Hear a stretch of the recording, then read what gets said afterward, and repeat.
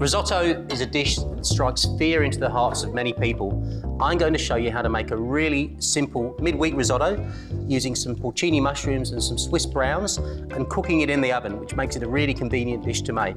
Now I'm going to start off with a hot pan here, add a little bit of olive oil, and I'm going to sweat off just some diced onions and just a little bit of garlic.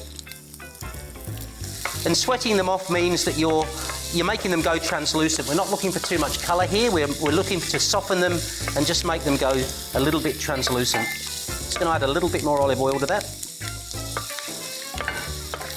I think there's something really special about the smell of onions and garlic frying. I think you can add it to the list of things like bacon, fresh bread, coffee.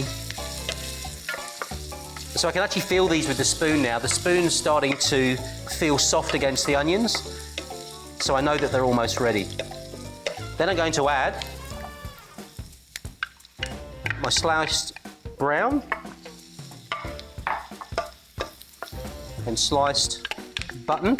And at this stage I might just turn the heat up just a little bit. There's a bit more in the pan now. And I may need to add a little bit of oil. Mushrooms do tend to soak up a fair bit of oil, and I want to keep them moving in the pan. The stock that I'm using today, just a simple stock, it's not very salty, so I am going to need to season this dish. So just a pinch of salt and a pinch of pepper. And again, I'm looking just to get some colour into the onions and just soften them up a little. Now we're going to add the rice of the day. We're using an arborio rice, especially made for risotto.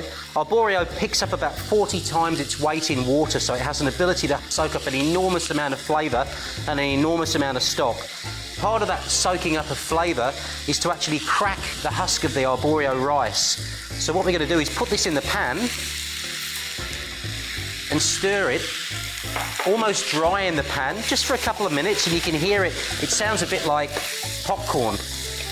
You can hear it starting to crack, and once the actual husk of the rice is cracked, it allows the stock to be taken up much more quickly. So I'm just going to give that a couple of minutes in the pan. I'll keep stirring it because I don't want the rice to stick. And you can actually see the rice starting to go just a little bit translucent as well as it cracks, and it starts to pick up a little bit of the moisture and the oil in the rest of the dish. Just going to turn the heat up fairly high now, because I'm about to add the stock, which will drop the temperature a fair bit. So I'll probably add 2/3 of this stock just to start off with. That's a good noise. Make sure it's all stirred through.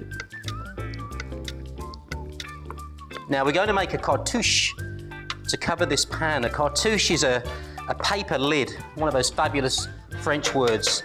I actually spent the first 3 or 4 years of my cooking career working in kitchens where they only spoke French, so I love using French words. So we're just going to take some paper, some of the baked paper, just tear it to the size of the pan.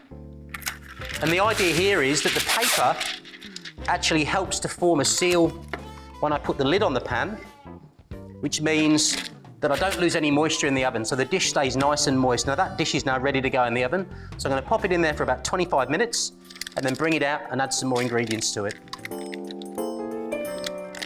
So here we go. It's getting dark. Our guests are about to arrive. Now about 25 minutes after we put this in the oven, I pulled it out and just added the peas and the sugar snaps and stirred them through. And at that stage, it's probably worthwhile just tasting it as well, just to make sure it's been seasoned. This was perfect. I don't like too much salt, so that's really good to go. Now I'm going to add our final ingredients.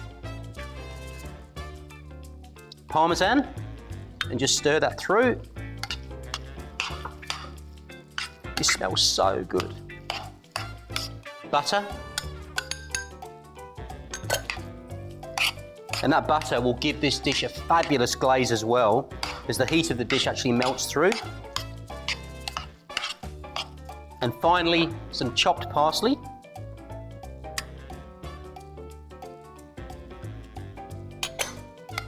We'll stir that parsley through. We're nearly ready to go.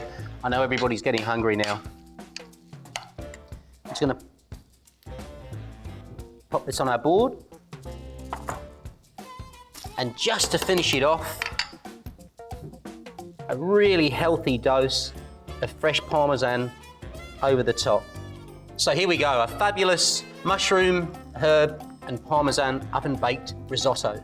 Absolutely delicious. So this is a dish you don't need to be frightened of, and made with plenty of time to spare for when your guests or your family arrive.